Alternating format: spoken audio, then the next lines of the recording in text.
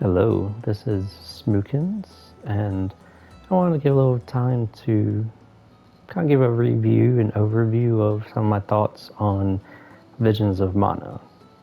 And so, for this, I do want to give some disclaimers. So, I'm going to start off with some non spoiler parts, and then I'll very quickly get into some more mixing of spoilers everywhere else. So, that's just I'll give a warning for that. And a little bit of my background in gaming. So I'm a huge Mana fan. Secret of Mana has been one of my favorite video games for years and years since my childhood. And so I remember seeing ads for Secret of Mana 2 in magazines. And I was like, oh my gosh, I can't wait to play this with my friends. And of course, it never came out to the States until decades later. But all the other Mana games, I've played bits and pieces of them. So I've done Final Fantasy Adventure, Secret of Mana, Children of Mana, Echoes of Mana, and those are the ones I've played. I haven't really made it to Legend yet, but we'll be picking that one up. So that will kind of bias how I feel about the game.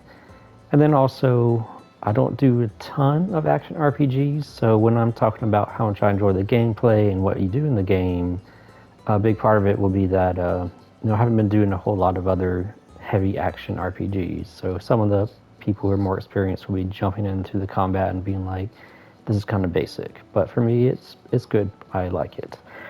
So with that, I'm going to start talking first off about some non-spoilery things. Just some of the nice touches I really enjoyed about Visions of Mana, and these are kind of will be spread out across the world, but I'll just want to talk about some of that. So one of the first things I really liked are just some of the details on the armor of our characters. And so we have at least 9 appearances for each of our characters, and I really enjoyed that they took time to kind of make them unique and fit their elements very well, but also lots of other details that are either callbacks to other Mana games or they fit in just kind of really stick well to the theme. So I picked the shadow here for Val, and one of the things I enjoyed was like, oh, this little like feathery torn fabric material has showed up in other dark characters in the Mana series. So that's a very cool detail I liked. I think in Echoes of Mana, one of the villains had that same design.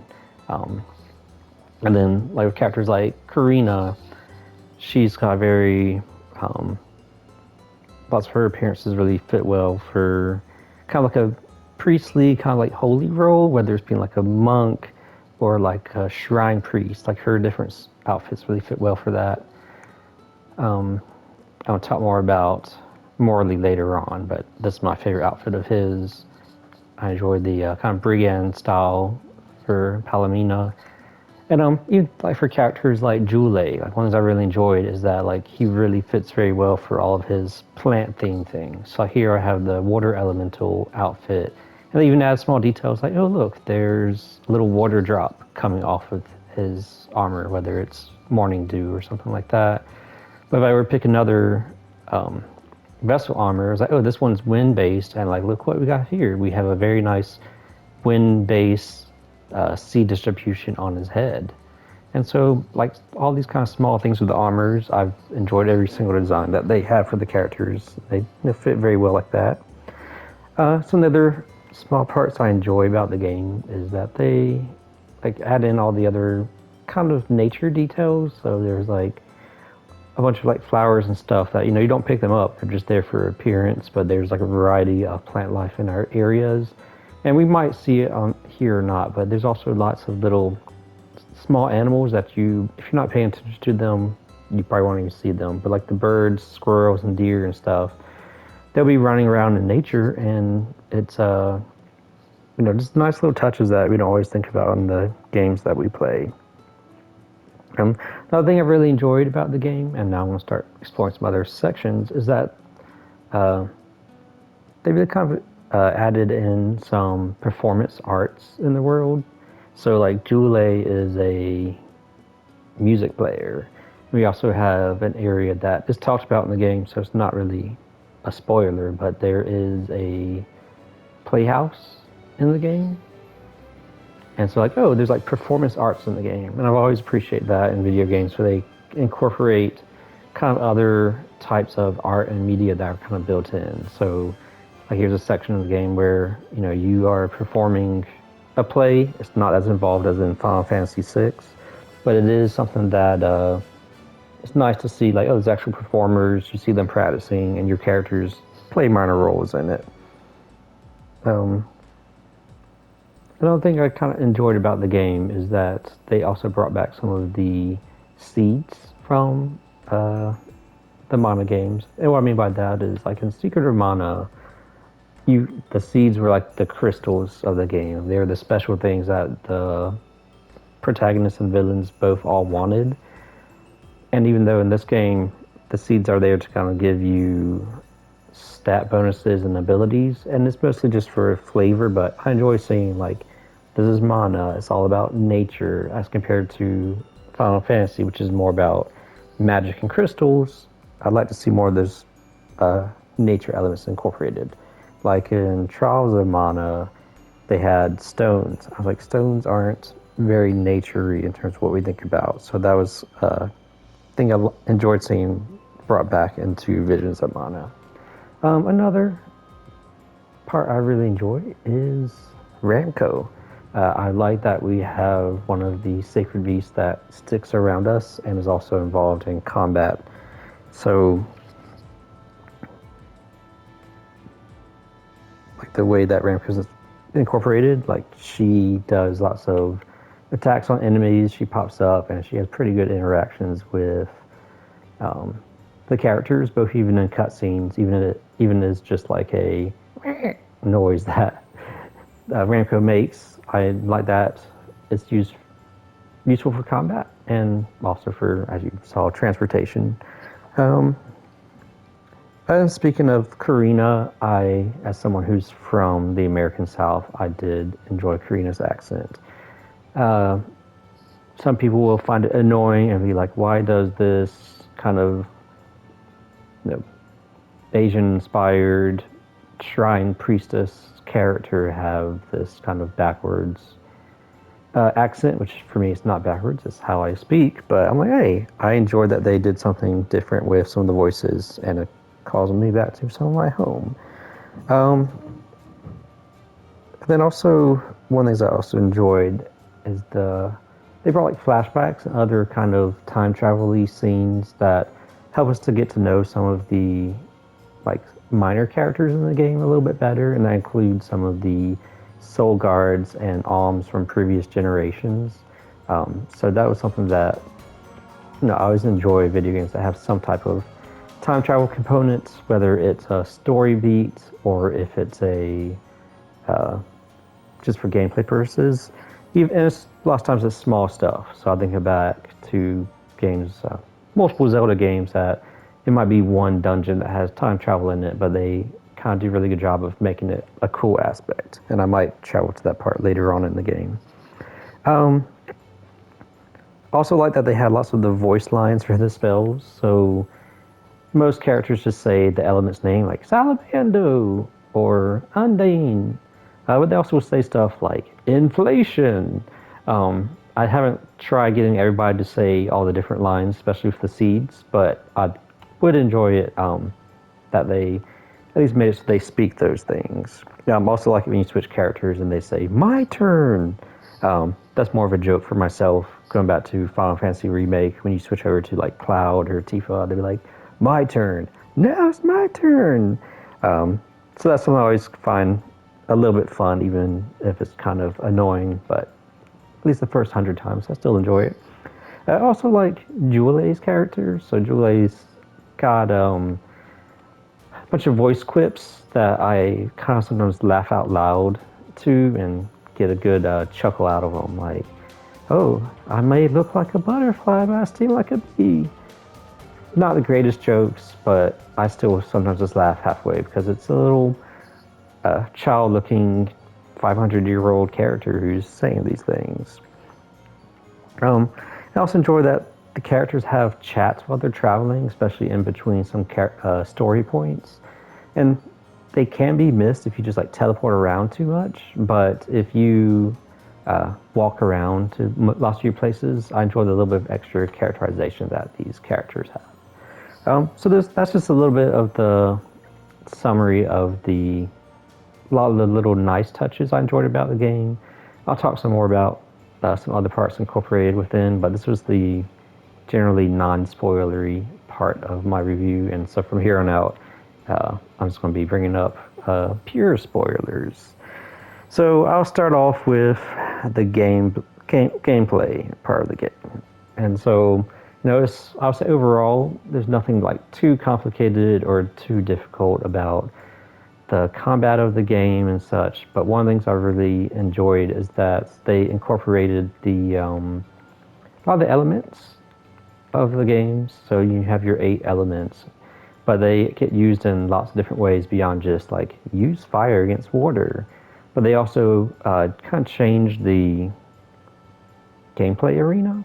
So I can like activate some of their skills, and it does one thing, but also can do like further activation, and it kind of changes the grounds or changes the arena. So it kind of reminds me of I want to say it was like an episode of Yu-Gi-Oh! Where they actually incorporated in like, oh no, this electric weak enemy isn't being damaged, but instead of using your water against the electric or whatever, it's like, let's turn the whole battleground to water. So here, I'm going to, if I don't kill them too fast, I'm going to make it more of a earth-based ground here, and nope, tree-based, and the wood. And so now my characters are healing everywhere because I activated the whole battleground as being more wood-based. So I like that aspect of it. One gameplay part I don't like about the combat is that, and this happens with a lot of current games, I would say, is that you either are like unstoppable or you're glass cannon, both for the enemies and your characters. So it's like, all right, I either do no damage against this enemy and they kill me in one shot, so I have to constantly dodge, or it's the opposite way around, that I just instantly kill enemies and they can't touch me. And I feel like that's like a balancing issue that a lot of modern games have right now, whether it's RPGs or just pretty much anything that's like do or die for lots of stuff. So that's a downside of the game I don't like as much. And that also kind of led to some of the boss encounters that, overall, I like the boss encounters. They had definitely like cool arenas to fight in, cool music, and cool designs. But one of the problems I had is that if bosses had like special mechanics that you were supposed to use during the combat, like certain elemental vessels and such you're supposed to use, sometimes I just didn't have the chance to even know if I needed to do that or not. And then Shade's elemental vessel, where you can grab onto enemies and pull them towards you, that was used on almost too much for multiple bosses. But again, some bosses, I'm like, do I even need to do anything special on them? Or is it just, they're too strong or too weak for it to matter if I'm using the special abilities or not? And also the moon one for slowing down time I feel like was completely useful, almost to the point that I almost never wanted to not have that vessel to slow down enemies, because it worked on even like major bosses in the game.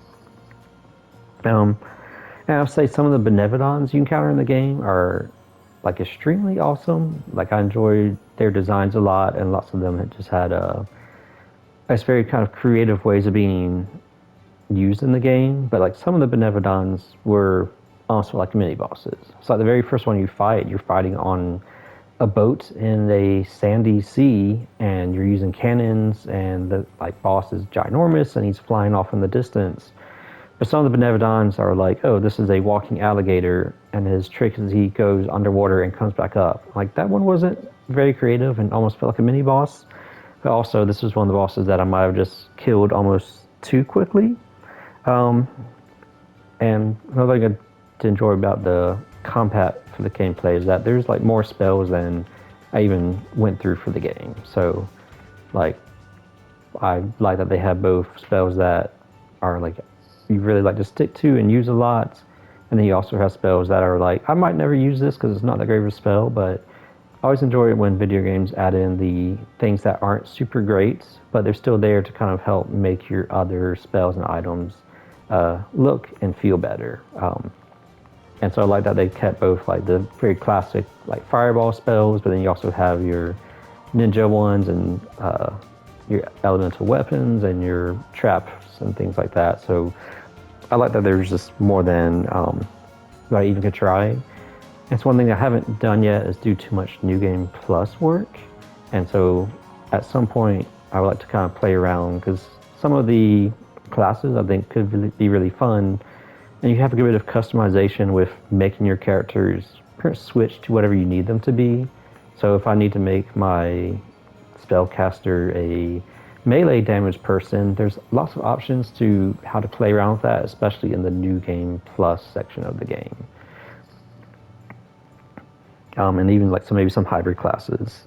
And one thing I would say that I wish I could do a little bit more in the game is that sometimes I would just have one character fighting a boss because the other two got killed. And it's kind of nice to have just one character that you would control and they would be doing stuff. That just makes it easier to see, like, what is the boss actually doing and what's it like when I'm being focused on by the boss and I can do more of my dodges almost easier. So there really were some boss fights that it was just less chaotic and almost easier to do like one-on-one fight instead of having all three characters. I did enjoy they were playing save points throughout the game, so that way I never felt like I lost too much if I just didn't do very well on one of the bosses. And it was also good they had these save points because sometimes you would just walk up to a boss and not have any of the skills or vessels that you wanted to have ready. So it was good to load up, make the changes, and actually go fight the boss with like the one I'm about to come up to here, well, where they were at. You really needed to have Shade's skills, that way you could rip off armor pieces from the Benevodon up here in the light area. So that was something that I'm glad they had the save points so I could go back and change my characters and, you know, fight the boss the way that I wanted to fight them. One downside of the combat is that lots of the fights you can almost just walk past. I know it's kind of nice to be able to walk around and just go where you want to go, but there's so few like sparse fights that some of the enemies you have to like almost track down to fight to find some of the enemies that you're going through. So you almost could go through large chunks of the game without ever really fighting or encountering some of the enemies. So that's just some a little bit of the kind of more combat side of the gameplay that I enjoyed. Again, it's nothing too complex, but I like being able to mix and match with my characters and skills, and about every few hours I would kind of completely change up my skills and weapons. So the other part of gameplay is the exploration. I like that the game had the chest and the elemental like little markers on the map. Those are some of the things that you really want to make sure that you collected, and it was just nice not having to like search everywhere for them. But the game does also have other hidden collectibles like the grizzly syrup, lesser items, and the little cactus that you could go around and find. So I'd like that, you know, they had stuff directly on the map you could use, but also that they had some extra hidden stuff to look for. Also enjoy that there's lots of travel options. So you have Flammy, you have your teleport, you have your Vuskov, and you can just run around, you can jump, you can dodge around, and you also had your pickles for ground transportation. So I like that you have plenty of options for traveling around. One downside though is when you're teleporting using the save points, you only can do it by continent, and like some of these continents are like 2 zones and some are 10 zones. I wish Flammy had a little bit funner to fly around. So she's cool, but like flying Flammy around in Secret of Mana was just, I feel like I would spend like 15 minutes just doing that in Secret of Mana. In this game, it's still fun, but I feel like Flammy still could be like faster or make some other things. Like it'd be nice to fly all the way down to the water and like skim across, like in Secret of Mana when you fly around. I do also wish that the game had like more interior sections. So there's like very few inside places in towns. And one of my favorite times I did go inside, it was a temporary inn in Aetern. And I could almost tell that they were wanting to do more internal spaces, because that one section was like really cool to have our characters hanging out in like one of the inns and being able to talk and have a little more of a cozy environment. I was a little bit iffy on some of the elemental vessel movement. So each of the elemental vessels give you things to travel around with, but some of them are just like very basic, like step into this area and you'll be taken to the next place. While some of them were controlling a golem that could punch through walls and stuff and had a lot more interactiveness. So again, it was nice that they had the different ways of moving around, but I wish they would have added a little bit more interactiveness to them. So I want to show you one here. Well, here I'm going to use Sylphid. I activated Sylphid, and now I'm going to go over here, and all I do is jump in, and then I just go straight across. It does look cool, but compared to some of the other ways that they could have interactions with them, it's kind of basic for some of that. Another part of the game I did enjoy was I did enjoy the cities overall, that they each had their own culture and fitting music. I really enjoyed the free city of Satsa, if I'm saying that right, because they had more of a like very communal environment. They were very chill area. It also has a place where our characters actually like enjoy some of their time. They're dancing, they're joking and talking with each other, and it's a little side town that instead of just making it so that it's like this is a small town in the game that's just for saving and buying items, it's a town that still has its own culture and story bit, even though it's kind of not one of the major cities. No alms come from that area.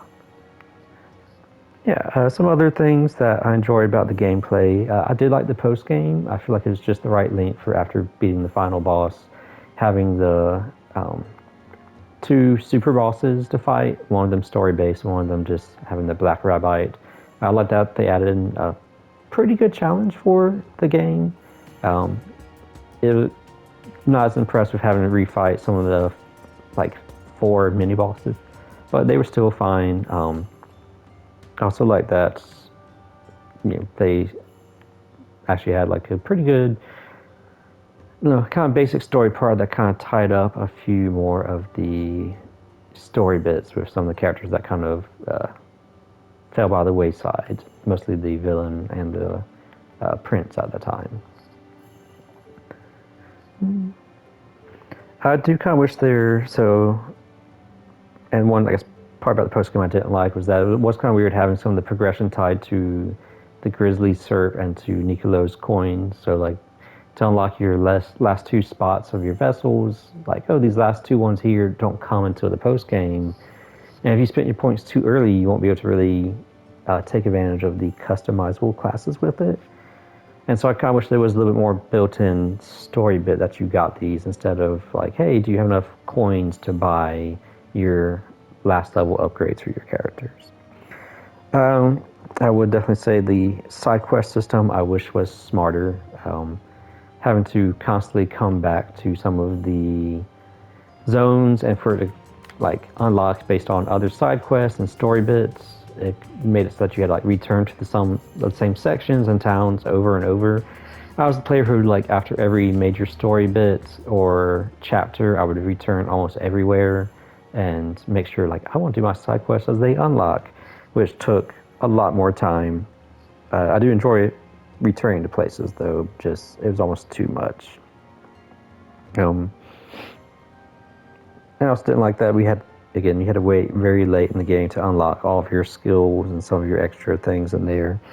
I did enjoy that the AI did work pretty well. And if the AI was not acting the way I wanted them to act, I just either changed their strategy or some of their skills, and that was something that like kind of fixed any issues with the AI. So, if I want to put Jule on pure healing, he could keep us alive pretty well. Sometimes he would stand in places that I didn't want him to, but never had too big of an issue with how the AI acted in combat.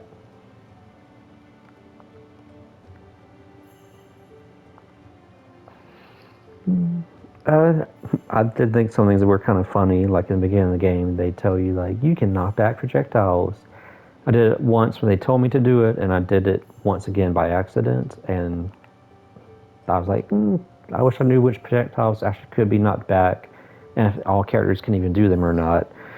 They also have some things that are weird, like Morley sometimes will go into slow motion if I use his skill right. I might try to activate it here. And it's like they don't really describe that part, and it's kind of hard to activate anyway, so it's a little weird spot. One thing, a kind of random thing I did enjoy about the gameplay is sometimes Val would not be the main person you were controlling, and I did like having a few sections where you're like, oh, I'm controlling Karina, and she's talking to her townspeople, and it was just kind of neat being like, hey, Val doesn't have to be centered all the time as my main person. I'm being controlled in towns and such. So that's something that I kind of another random gameplay element I did enjoy. I want to go a little bit now into some of the music for the game. So one of my favorite parts of any mono game is the music, and I will say overall I enjoyed the soundtrack a lot. It doesn't quite hit for me the same way that Secret of Mana and Trials hits, but there definitely are some soundtracks that, if I think of a track's good, if it gets stuck in my head or I'm humming it or thinking about it after turning the console off, then I really figure like that's the soundtrack I actually like. So actually let me go to section I like. And so one of the things I kind of was really hoping for a little bit more of the soundtrack for the game is that when they take some of the instruments that are normally used to be more subtle and they make them more like the star of the song. So I think back in like Secret of Mana, some of the instruments that like weren't the main ones we normally think about kind of were really the stars of some of those songs, and they really make it so that they have that very unique and standout style music. And this game I feel like they really should bring out a little bit more of the songs that have that little more stronger. This is a non-major instrument that's used. Let's turn it up some more because it makes it stand out a little bit more. I would say some of the music tracks are overused, like especially for cutscenes. And like, so it would be like, oh, this is a cutscene that's sad, and I feel like that same music was used for 8 different cutscenes, and then before you even could listen to the whole song, it would be like cuts, and it would stop, and you would never hear the full track. So that was a little bit annoying. Which there are a few tracks that they modify and to make them fit better, and like I wish they had more songs like that for some of these like repeated cutscene music. But again, I do like they had a few different versions of the songs. So like here, even in the field areas, you hear the music now, and then when we start combat, it picks up, it changes some of the instruments and all, which our characters are sometimes too loud and too repetitive, which is a completely different issue. But whenever we actually get in combat, I like that. It adds a little more flavor to the overworld musics.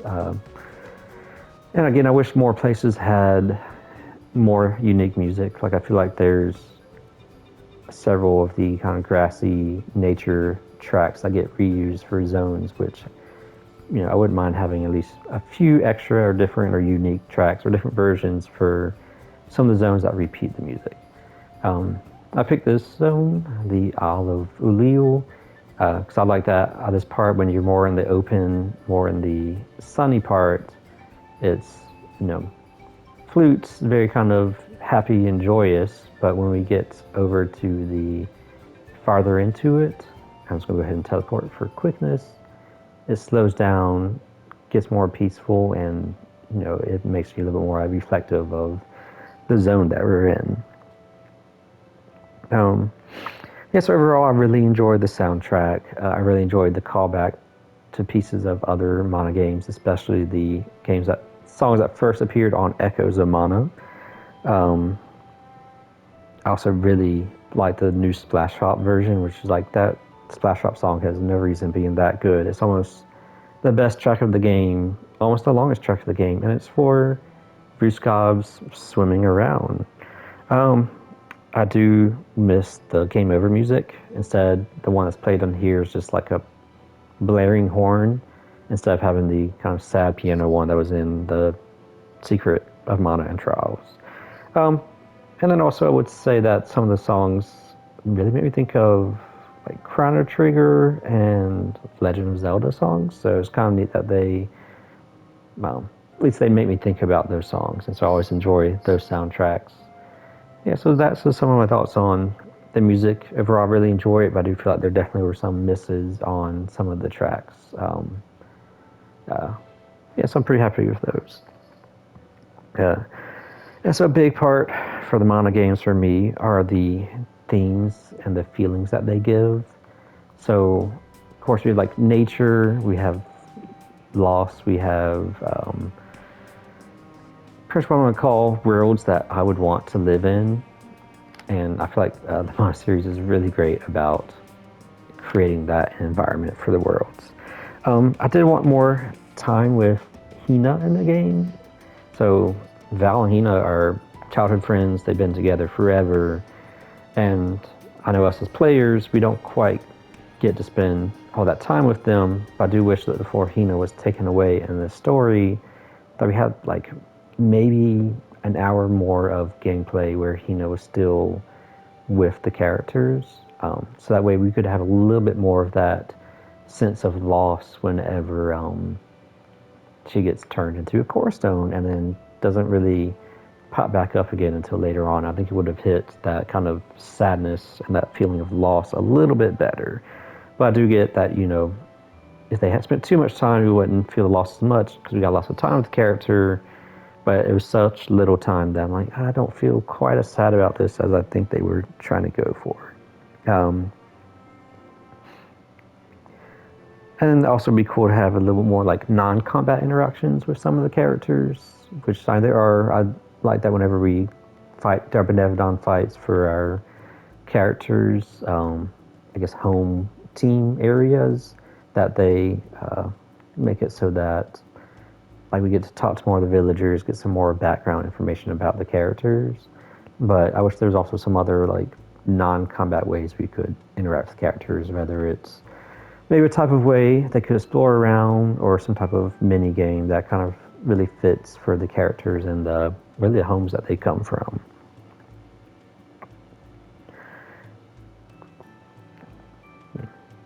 And to kind of go along with the theme some more, it's kind of, I think the way I play the game really fits that it really fits the theme of the game is in taking time to enjoy the world we have and not discarding it. So again, I probably spent an extra 30 hours on this game longer to beat than I really needed to. But because of that, I feel like I almost really enjoyed that I stuck with the game and really enjoyed and kind of soaked in the environments a lot more and enjoyed the music, the graphics, the world, and even the way the characters interact a little bit more. And I feel like that fits in with the theme of the game of like, hey, we might have to be called or sacrifice some part of ourselves to get the world to be the way we want it to be. But you know, I took time to play the game that way. And how does this kind of also reflect, like, what's the world like today in our own lives? You know, what things would we sacrifice for or try to come up with a different solution for so that way we still can continue on with what's good in our lives? And I thought it was interesting how on board all of the alms were with being the alms. I know there is some parts of expression of regret for some of the characters, but overall, like they were really ready to jump in and be sacrifices for the alms, or for the Mana goddess and for the world. So that was a little jarring with some of the characters. I also enjoyed the pilgrimage aspect of the game. So how our characters are overall on a very linear journey towards the end, but whenever things go wrong, it opens up and it kind of breaks down like the single path pilgrimage has now been opened up because of, you know, Delphos came, Benevides came, and now we have all these issues, which it also adds a little bit of weirdness coming back to some of the towns like, hey Val, goodbye forever, or hey Morley, goodbye forever, and then you come back to the towns like, hey, I have a side quest for you. Some characters do like make note of that, and some don't, and it does kind of make it weird to be like, I'm just here to get some more quest items, even though you didn't expect to ever see me in your life again. Yes, that was weird to backtrack for quest, side quests, and for just other reasons. But I am glad that the game did, I think, a pretty good job of still reflecting changes in people's conversations. So the number of zones that have changes that make it so that at least, I'll say, at least half of the NPCs acknowledge something going on in the world. I'm very glad they added that in the game. Also enjoyed the characters' interactions, like Julie, and Karina. They kind of have that like picking, joke at each other kind of interactions. Morley and Palomina's like quasi romance. I like that they never fully went into their romance, but made it so that they both were kind of on the edge of that. And one interaction I didn't really enjoy, so I overall enjoyed the character of Aish, but he was worse than Shadow in Final Fantasy VI of like, I'm going to join the party, I'm going to come back, I'm going to leave the party, I'm going to disappear in the middle of a fight. So that was a little annoyance about Aish's characterization. One thing I did like about the side quests is that I really feel like they fleshed out the world, especially the ones that were like side quest chains, like learning about the practices of the world. I enjoyed a good bit more. Learning about, the letter exchange where you're cheering up somebody. I like that they again tied into the world and let us know more about even like the small things that go on in this planet. I wish there were more NPCs doing tasks or just more NPCs around. So like going to some of the major cities, they're pretty empty looking, even though there's people to talk to and all and things to do, but it's just like so much like emptiness, especially if the bigger the city is, the more empty it is, and a lot just standing around for the characters or the NPCs. And one thing I do really wish was that there was some type of control over the day-night cycle. So like this zone here, for a little bit you get to come at nighttime and it makes it look completely different, but has like amazing like lighting where the like fires and such are, and the skybox looks awesome. But you didn't really have a whole lot of control over that or the weather, so like some of the zones were completely amazing during like the nighttime or dusk, and they made it just kind of like completely different looking, but you only see it for brief story bits.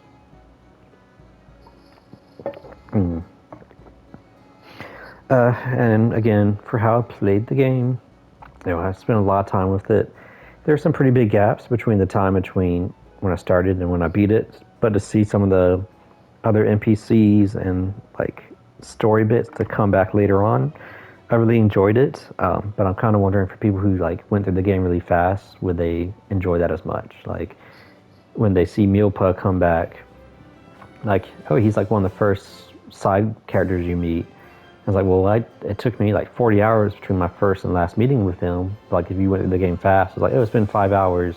Do I even care about Mealpa being here? So that was something to, I enjoyed, but I'm wondering what other people think about if they were kind of slow to come to that. Or slow or too fast. And there's some other thoughts about just some of the things that fit in lots of the mana games. So they always big aspects of like nature, elements, magic, and mana. And so I like that the ending, that this was an exception where like mana isn't gone or sealed away at the end. So lots of the mana games have some type of aspect where mana's gone now, but this one kept it. I enjoyed that the world still has mana going on afterwards.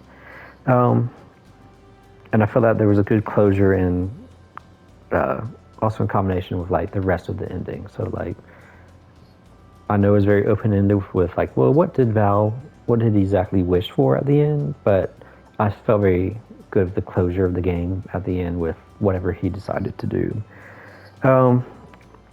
I didn't quite like the way that the Benevolence and the Disaster were handled. Like some zones, like the Disaster didn't seem like much of anything. Like whenever I went to the Playhouse, it's like, oh no, the Disaster is the sky looks different, and that was about it. But then some zones, like this one, is like, oh, the city can't be lived in anymore because people will start to like get magically sick because the Earth Elemental and the Benevolence have put a pretty strong curse on the area. Which was a little bit confusing. Was like, is the curse causing these things, or is it the Delaphos, or is it some other type of lack of mana that's causing it? So that was a little bit confusing. And again, I wasn't quite a fan of how even like the NPCs were a little too on board with the alm system, and it gets addressed in parts. But like I think about parts in the game where you see like there were child alms. That's pretty messed up, and so I'm wondering how much there's a little bit more pushback against about some other characters besides Orin, who was just completely against it. And so getting a little bit towards another thought, was like, I really felt this game was a love letter to Echoes of Mana, which was the gacha mobile game in the Mana series, but it some of the music that was added, a few of the other aspects of the game, felt did kind of honor that the game's gone. You can no longer play it. I also felt like there was, again, a lot of things that really tied pretty well for like trying to return Mana games back to, I'm just gonna call it the first three in the series that were kind of more traditional RPGs. Yeah, so that's just some of those thoughts I had on that. Some other kind of random thoughts or ideas I have for the game. I do have a general critique of the Mana games, that a lot of the characters are very pale, especially with the amount of like influence from the world that the Mana games pull from. Like, oh, like our characters that aren't like incredibly pale are usually the ones in the deserts, but like every other zone is like, everybody here is just looks almost too samey, and especially for how much like the Mana games pull from some like indigenous cultures from around the world. I was hoping to see a little more variety in character designs, which I do know this is a Asian source game, so I kind of see how that's something that this falls into a lot of issues with lots of media out of anime, video games, and such. But overall, I do glad that they do have some variety in the character designs. I do also like that each of your party members is from a different culture. So, and that it wasn't all just like, hey, here's a bunch of characters from the same zone or city. It was like, no, each person's from a different city, different culture, different one of the like nations in the game. And also enjoyed that there's lots of tails. So we have like one regular character. He's like, oh, this character doesn't have a tail, but everyone else has some type of tail for their character. So I like that aspect of the game. Here I am flying around with Flammy saying it's not as fun, but I'm still having tons of fun flying with Flammy. Just complain about it not being that way. Another critiques, no multiplayer. Ever since Trials of Mana and Secret of Mana, I'm like, I really want multiplayer in my Mana games. Another thing I really wanted from the game is to have more steampunk and mana punk. I think back to Secret of Mana, how they had like machines, both like steampunk looking, but also ones that were like, oh, this is machine based on mana. I really wish there was some more of that in this game, like having a Mana Fortress style zone would have been, I think, really cool looking, and would also tie in a little bit more of, like, I want something more than just, let's use magic spells. But like, hey, here's a machine that harvests mana power and is used more like military style weapons. Which, yeah, that's very few Mana games actually have that kind of aspect in the game besides Secret of Mana. And so, whenever I went through the game, I will have to kind of address that, the shutdowns and the firing of the people who made the game the day it came out, at least the announcement of that when it came out. That really reflects just the state of the game industry, and so I kind of find it ironic that the game's about loss and sacrifice, and then the game comes out and then people lose their jobs. Yeah, some kind of final thoughts. I did play the game on hard mode for almost everything except for a few areas. I do plan on doing New Game Plus at some point and doing that on expert mode with the kind of characters that, the hybrid style characters, whenever you kind of create your own classes and such. And what do I want from the next Mana game in the series? First off, I want the games that aren't accessible easily anymore to be kind of re-released or redone in some way, whether that's trying to get the DS versions on consoles or anything like that, and even bringing back the games that just aren't really working anymore, like Rise and Echoes and Friends of Mana, if they can be brought back in some way, mostly because I'm a proponent of game preservation. I would like to see that. Yeah, and including Dawn of Mana. I think they really should re-release that, since even though I know people kind of find it, either hate it or find it controversial, I do wouldn't mind seeing it preserved so that way it's not stuck on PlayStation 2 forever. And then at some point, I do hope they do some more branching out for the genres of the game. Like I think about how, like Heroes of Mana, I haven't played that one, but it was strategy based. I still think they should branch out for the Mana series. I think it has lots of good opportunities for it. And so whether it's going to be a Mana game that's more, maybe less combat based would be a good way to do it. So one that's more about world care or like city building. Like just, I don't know, I'm a big fan of games that include some type of like non-violent actions. And I really think the Mana series would be like perfect for building up some of that aspect. And so kind of finalize, the thing I enjoy most about the Mana series is that, again, they're worlds that I would want to live in.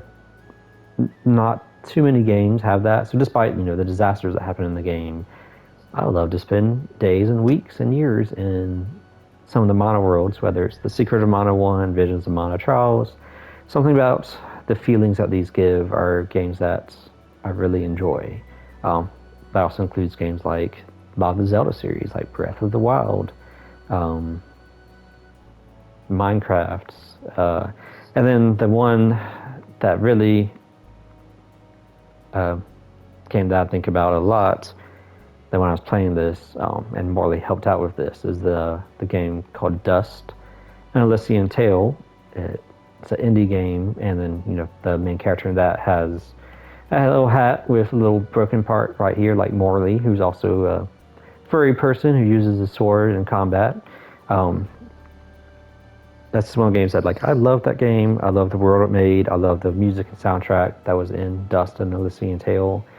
And I would say Secret of Mana, Visions of Mana, if you really enjoyed this game, try out Dust. It's a Metroidvania action game, but I would say if you wanted something that fits a little bit more into the world of Mana but isn't a Mana game, that's one worth checking out. Yeah, so in the end, I beat the game. It's still stuck in my head for days afterwards, and that's one of the ways that really makes me enjoy the Mana series. Makes me enjoy this game, and I'll be, going through New Game Plus at some point and just soaking in some more of the game. And I'm also going to switch to the Japanese voices and see what it's like for that. Thank you for listening to this review, and I hope we all can let Squeenix know we would be happier still getting some more Mana series if that's possible. Have a good day, everybody.